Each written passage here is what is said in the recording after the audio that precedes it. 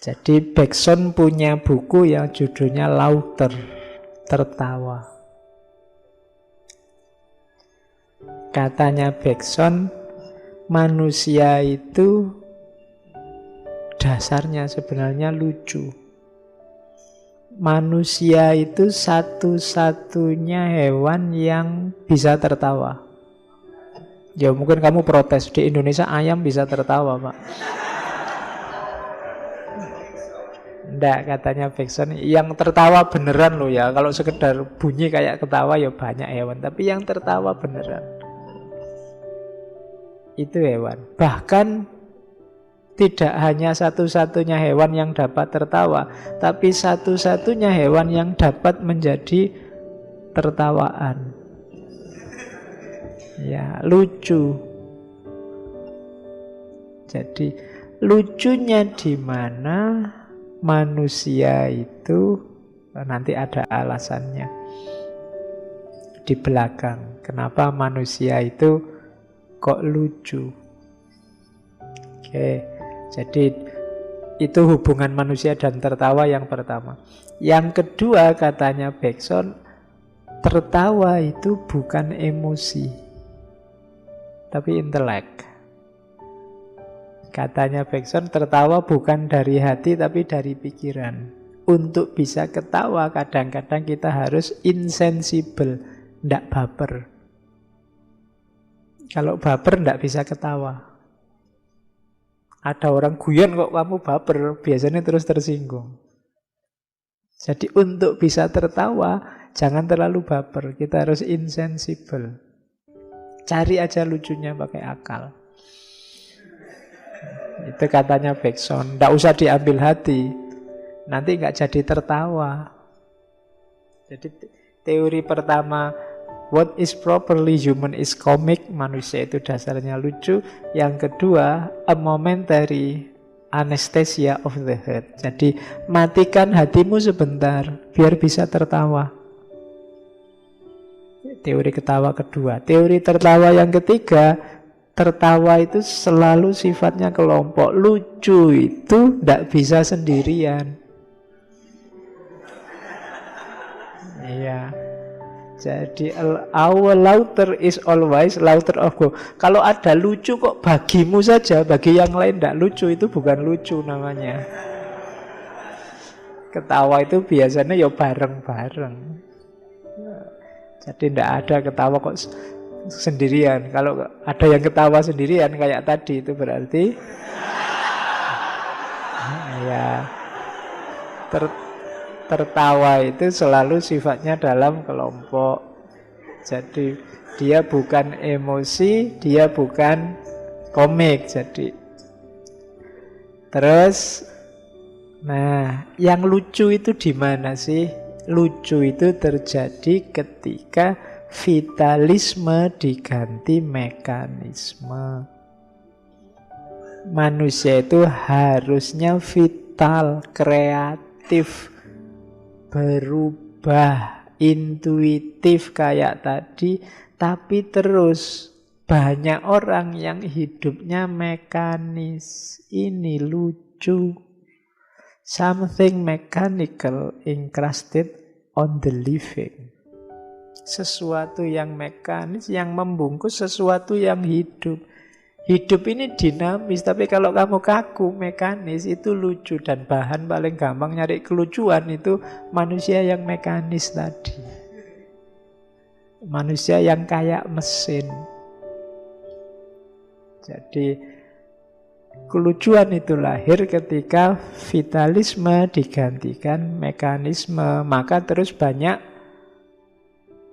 pelawak. Pelawak itu fungsinya apa? Mengingatkan orang agar jangan mekanis. Jadi mengingatkan orang agar fleksibel, hidup jangan kaku-kaku. Itu fungsinya pelawak. Membuatmu rileks, tidak kaku, terus energi kreatifnya keluar. Biasanya mereka menyentil yang hidup, yang mekanis tadi. Nah ini teori humor dari Bergson. Dia carilah bukunya, judulnya Laughter. kapan-kapan ya. Kemarin sudah ada filsafat harapan, filsafat takut, yang humor yang belum.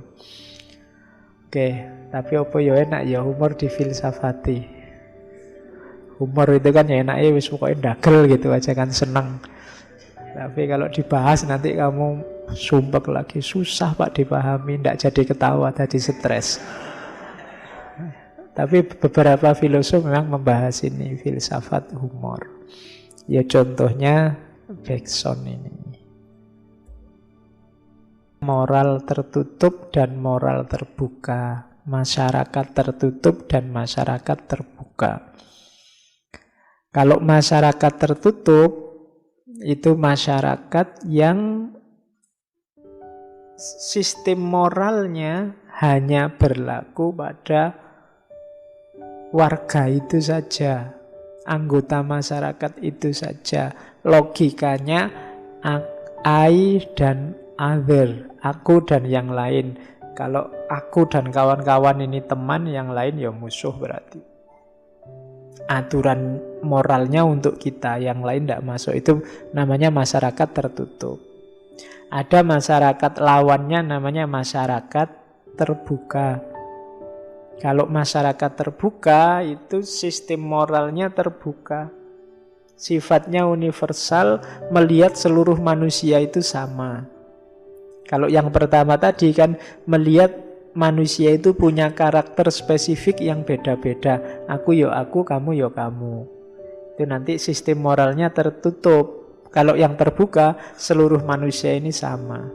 Makanya nanti kelanjutannya kalau di Bergson ada agama statis, ada agama dinamis.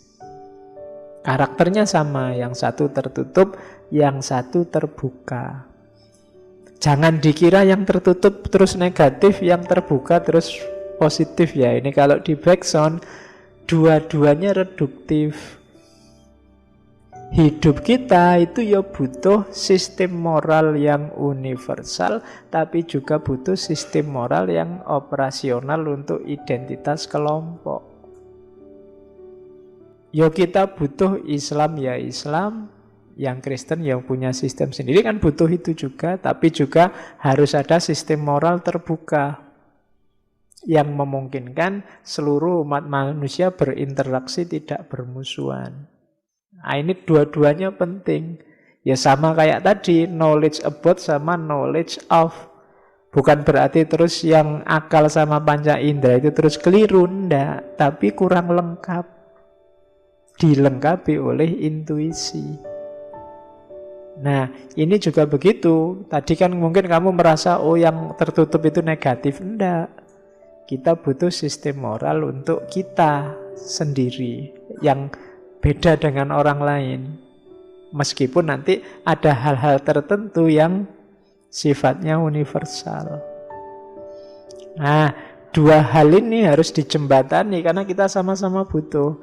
Kalau hanya tertutup saja, nanti jadinya eksklusif, yang lahir konflik demi konflik. Kalau hanya terbuka saja, nanti kita tidak punya identitas, tidak punya jati diri. Maka dua-duanya perlu. Jembatannya apa? Yo, kalau sarannya Bergson, rasionalitas. Jadi ini bisa jadi penengah. Kapan harus universal, kapan harus tertutup, kapan harus terbuka, kapan harus tertutup. Oh, kalau urusan ini kita sama-sama manusia bisa kerjasama. Oh, tapi kalau urusan ini lakum dinukum waliyadin itu. Jadi ngerti wilayahnya. Bukan kok terus mentang-mentang universal terus, atau mentang-mentang tertutup terus. Kalau harus dijalankan, ya jalankanlah dua-duanya. Biasanya yang terbuka itu biasanya di agama-agama yang mistik. Yang statis ada di agama-agama yang formal, yang tertutup. Tapi dua-duanya penting.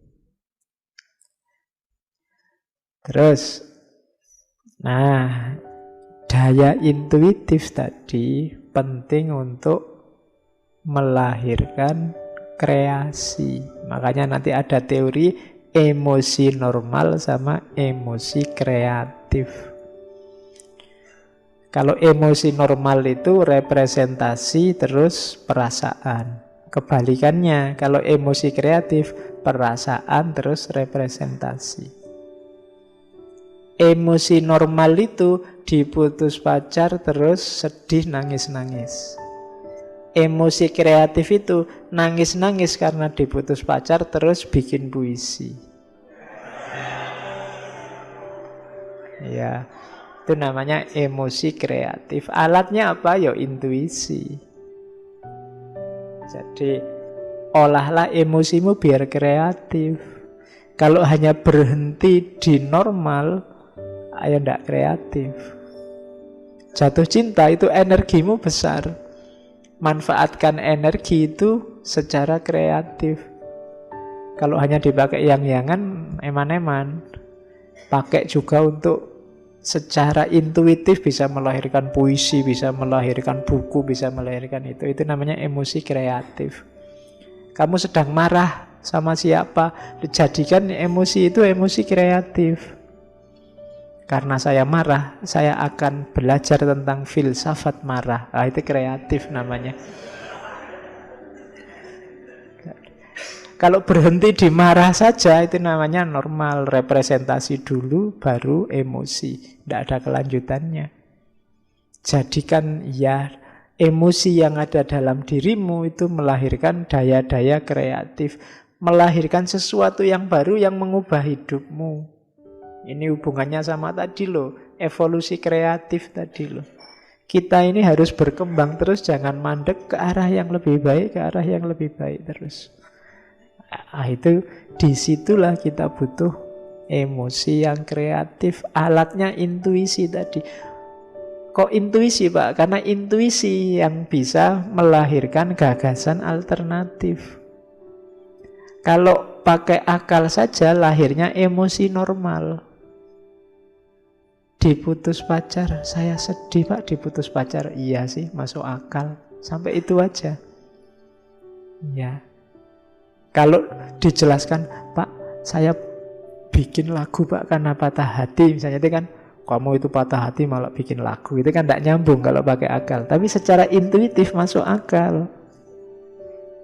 Jadi sumpekmu melahirkan inspirasi baru.